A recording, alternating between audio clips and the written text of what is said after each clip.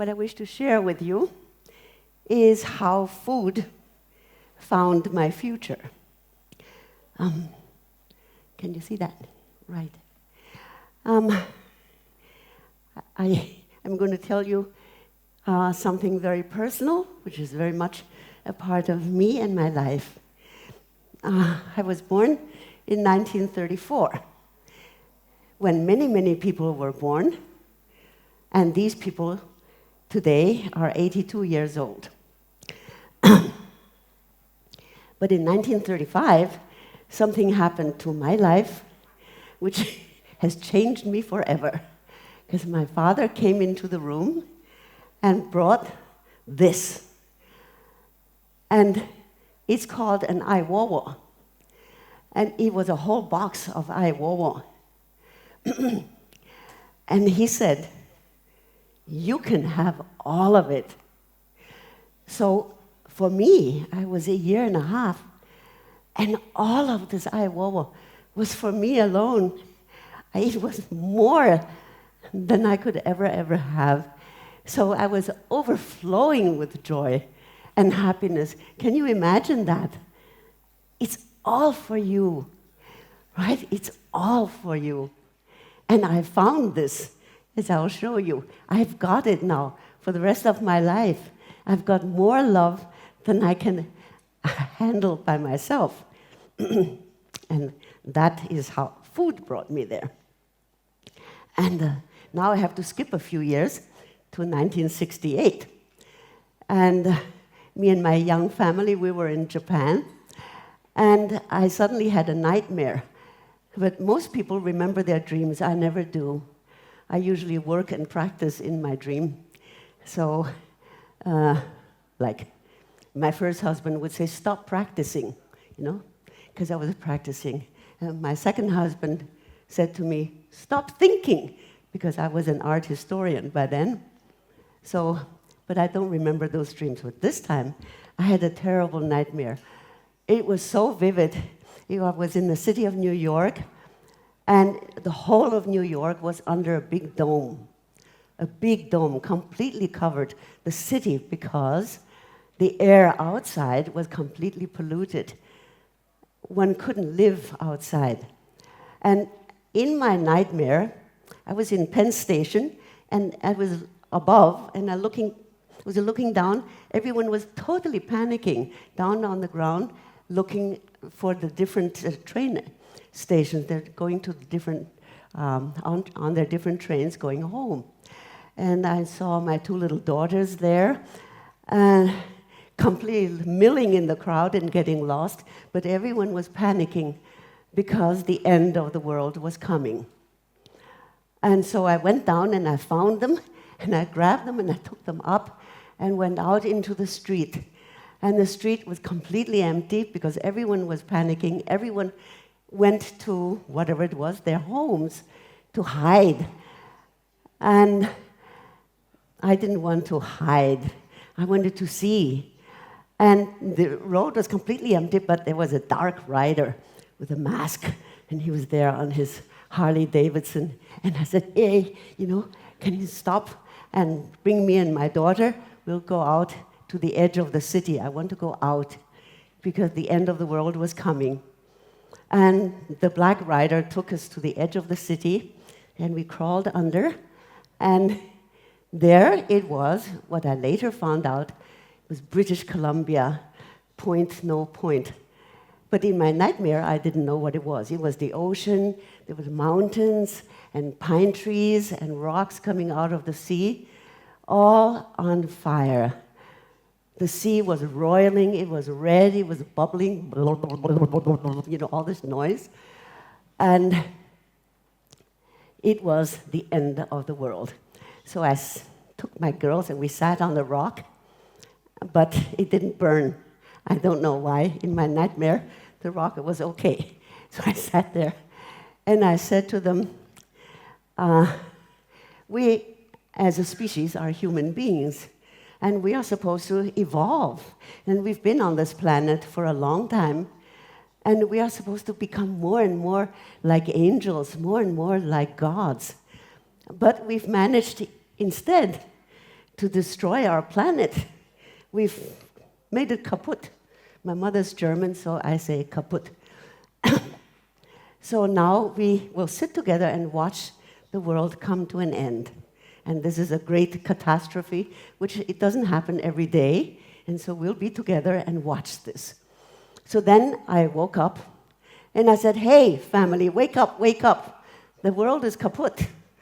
Oh, Mom, you know, the kids were saying, shh, we are sleeping. But at that time, 1968, it really was not quite disastrous, actually, in the world. But I was quite aware that the planet was in deep, deep trouble and that we had to be very, very careful because it was getting worse and it was coming to an end. Anyway, that day, I had an idea, which was the way that you have an idea, you know you have to go to class at 3 o'clock, or you are meeting somebody at a certain time. It was that kind of sure knowledge. And I had sure knowledge that my job would be to teach people how to survive on this planet without eating and drinking. Now, I'm a person who loves aiwowo. I don't want to teach people how to live without eating and drinking. But that notion was terribly, terribly strong in my head, and I couldn't get rid of this idea. And I thought, why? You know, my mother had said, you have to be quiet, you know, you have to be sehr artig. If you don't finish, then you can't eat your dessert unless you finish everything on your plate. So I'm brought up to eat very, very diligently and happily. But anyway, I just thought, well, I don't know how to eat, how to live without eating or drinking. If I must do this, I will do it, but I can't. So I've got to have a teacher. And so when the time comes, when the time is really, really urgent, that we all learn how to live without eating and drinking, then my teacher will surely show up. So having made that promise to myself, when the time comes and the teacher shows up, I will go. And that was 1968. Having made that promise, I started to worry. Is there somebody on this planet who's not eating and drinking? You know, I'm looking. Nobody. Okay, so I lived one year, 2 years, many, many years, very happily, eating and drinking. I was eating, you know, rare roast beef, red wine, and raw fish with sashimi and osake, enjoying it very much, but always having a look to see if there was somebody not eating or not drinking that I'd have to report to. But that didn't happen. So I enjoyed my life fully as a detective. I wanted to be a detective when I grew up. So here I am. I will show you. Right, we can pass this thing. So this is what I've already told you. So I, it was about 40 years. And what I was doing was, when the teachers and the books were telling us about Chinese paintings and calligraphy and saying many, many words about them, I didn't believe them. Because I thought, that's not it. Because they were using old texts to illustrate paintings. They were not painted by the dashi. They were painted by somebody else. So I moved, actually, to Taiwan to have a look for myself. I wanted to go to the Gugong Boguan, to the Palace Museum, so I could actually see the paintings standing there instead of looking at them as you do now, as photographs. It's quite different. So, can you see that these two pictures are very different? Do you like the one on the left or the one on the right? They are both under the same name of one master who lived 700 years ago, Wu Zhen. And he was quite a hermit. But you can see that these two paintings could not, at least in my little heart, they couldn't be by the same person. So, if you think that they are by the same person, then you are gullible. That means you believe 二手. news, second-hand news. You are not looking with your own heart. Now, you just look at them carefully with your own heart and tell me if you really think they could possibly be by the same person. Okay. Let's have a look. Can you see? We just choose two little bits of the painting, and I'm asking you, you can see at the one painting has a whole space.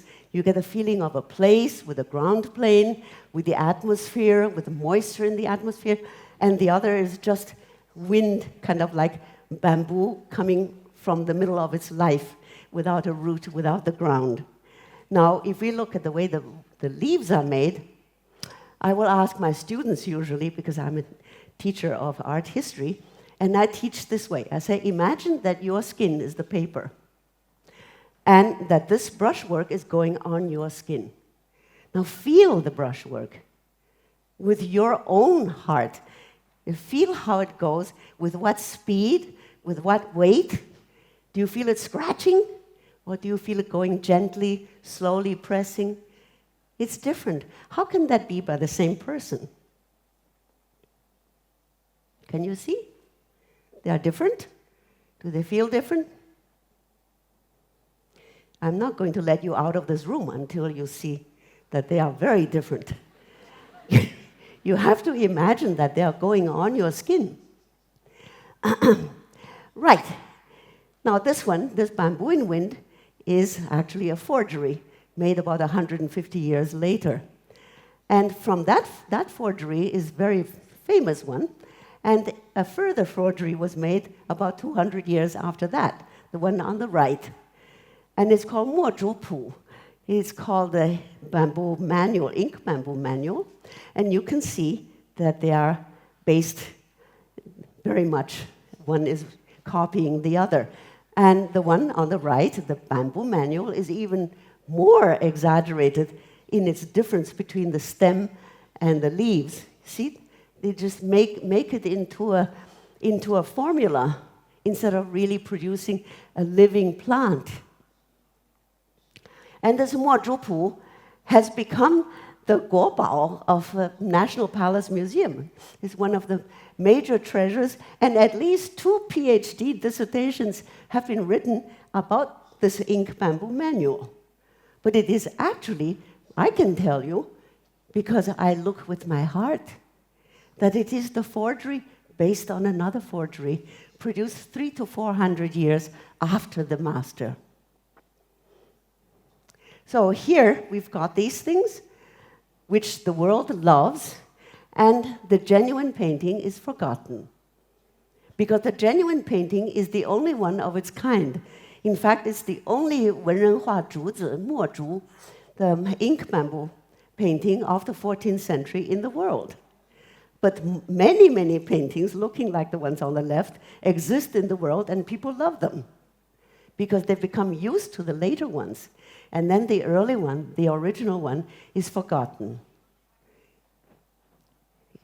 You don't have to believe me. Most of my colleagues refuse to believe me. Anyway, many, many happy years I spent eating. And really, I found that this is 2005, the master seems to have appeared. There was the boy who meditates alone without eating and drinking appears. I learned on TV, on the internet, that there was a boy in Nepal who, at the age of 12, became a monk, refused to have his hair cut, and sat under a tree without eating and drinking. And he did this for 6 years. No food. And no human being is known to survive longer than a few days without water. And so I thought, uh-oh, 老师来了. My boss is here. And then I thought, maybe he won't make it, because he said, leave me, please don't disturb me. I need to do this for 6 years. So I thought, I'll wait. I could still eat and drink and see if he makes it for 6 years. He does. And so then we can see him, just the hair growing longer and longer. And you see there's a bird trying to make a nest in his hair. And when he finished the 6 years, he was going to get up, and he found that there was a Canbaobao, some kind of a caterpillar, was making a home on his robe. So he continued sitting until it left, until it grew up and came out. And that is not to hurt a single living being. And that is the boy who doesn't eat or doesn't drink. Here his hair is coming down, covering his face. And people who went to Nepal at that time tell me the whole forest was light, was a kind of strange light, and the sound of the forest was like a symphony. The birds and the sand and the wind and the leaves in the trees, they made a music which is so harmonious. And when I went in 2012, it was totally transformative. I don't get, I'm not that sensitive as some people are, but I felt very much being part of a kind of oneness that I had never felt before. So I thought, if I go and sit there and do my meditation, maybe I will be a meditator, because at that time, I had been in Japan, and I was doing zazen, 打坐, 入禅, and I had spent 3 days and 3 nights with a colleague who teaches Japanese art at the University of Washington in Seattle. We did a retreat together when I had come back from Japan. And after that retreat, I said, I feel so happy. And he said, Joan, I'm so exhausted. Sitting next to you is terrible. What? You have not been still for 1 minute. I said, oh, absolutely. I was holding 1,000 horses. I was holding them back. And I was sitting quiet like a mountain, going, oh. He said, no. You were like riding on a country road, a bumpy country road, on a horse buggy with wooden wheels that are square and going full tilt. And so I, of course, felt very bad because I'm not a very good zazen meditator. So I felt if I went and sat next to this boy, I might really, really disturb his sitting because he would hear what the Glenn Webb had heard. So I didn't go, and I waited till afterwards to go in 2012. But after I left, then I never left his side. This is more like what he looks like when I went. His hair had already become long, and he would just night and day, disciples built a platform for him near his tree, and so he would sit there night and day, and people would come and get a blessing. And I have to say, I told you, nobody believes what I'm saying, but having surrendered to the Guru, something happened to me. And the media want to interview me like as though I were a movie star. This is just really an academic thing, you know? So I said, what happened, Guru? Have you to do with this? Is it because of you? And Guru was sitting up there on his stage, and he said 3 things. The first sentence, he said, human beings reject truth. And then his second statement is human beings worship fakes. And fakes proliferate. There's more and more fakes giving birth to more fakes. And then he waited a bit and he said, truth needs a little support. I said, oh my God, you beautiful Guru. Am I looking at this little support? And meanwhile, Nepal was devastated last year, 10 years after Guru started sitting. And the monks of Guru, they are wearing blue. That's the color of my theya. And so they are working to help the planet and to help at least all the devastation that is around there in Nepal. And I was also helping Guru get the food because Guru sent a message, say, ask Mama Joan to get 30 tons of rice. I thought, how am I going to get 30 tons of rice? I don't speak Nepali. But I got it. The next day, I got 30 tons of rice. I rang up the Zhonghua Si and I said, 中英法师，我需要30吨白米，你有吗? And so they said, yeah, wonderful. Well, thank you for giving me a chance to do this. And come up to Kathmandu and we'll get you the rice. And so we brought this up to the mountain because all around us, there was not one single house standing. All the families were destroyed. The earth just simply split. And we got all the 30 tons of rice. We put it into this house, which actually has a big split down the middle. And the monks were working there night and day, helping. These are little children there. And even the Taiwan architect, Xie Yingjun, from Atelier 3, who works also in Wenchuan. In Sichuan, he's been there for years, rebuilding. So their team came up to Dading in Nepal to build his type of houses, which will withstand 9.2 earthquakes on the Richter scale. So that is now being spread in Nepal as well. And I am trying to actually find a way to produce food that will be delicious and health-giving as well as cheap. We'll be learning to live in nature, which plants are good for us, and humans, animals, and plants will live in harmony. And so then there will be just this oneness. Hopefully, the oneness will return to this planet, which had indeed once produced unmitigated happiness on this planet, and it will be so again. So if for information about this, you can go to maitreya.info, and it's in many, like in 17 languages. And you can see about our activities and the teachings of Guru. And so I can teach you this word, Maitri Mangalam. Maitri Mangalam. And thank you very much.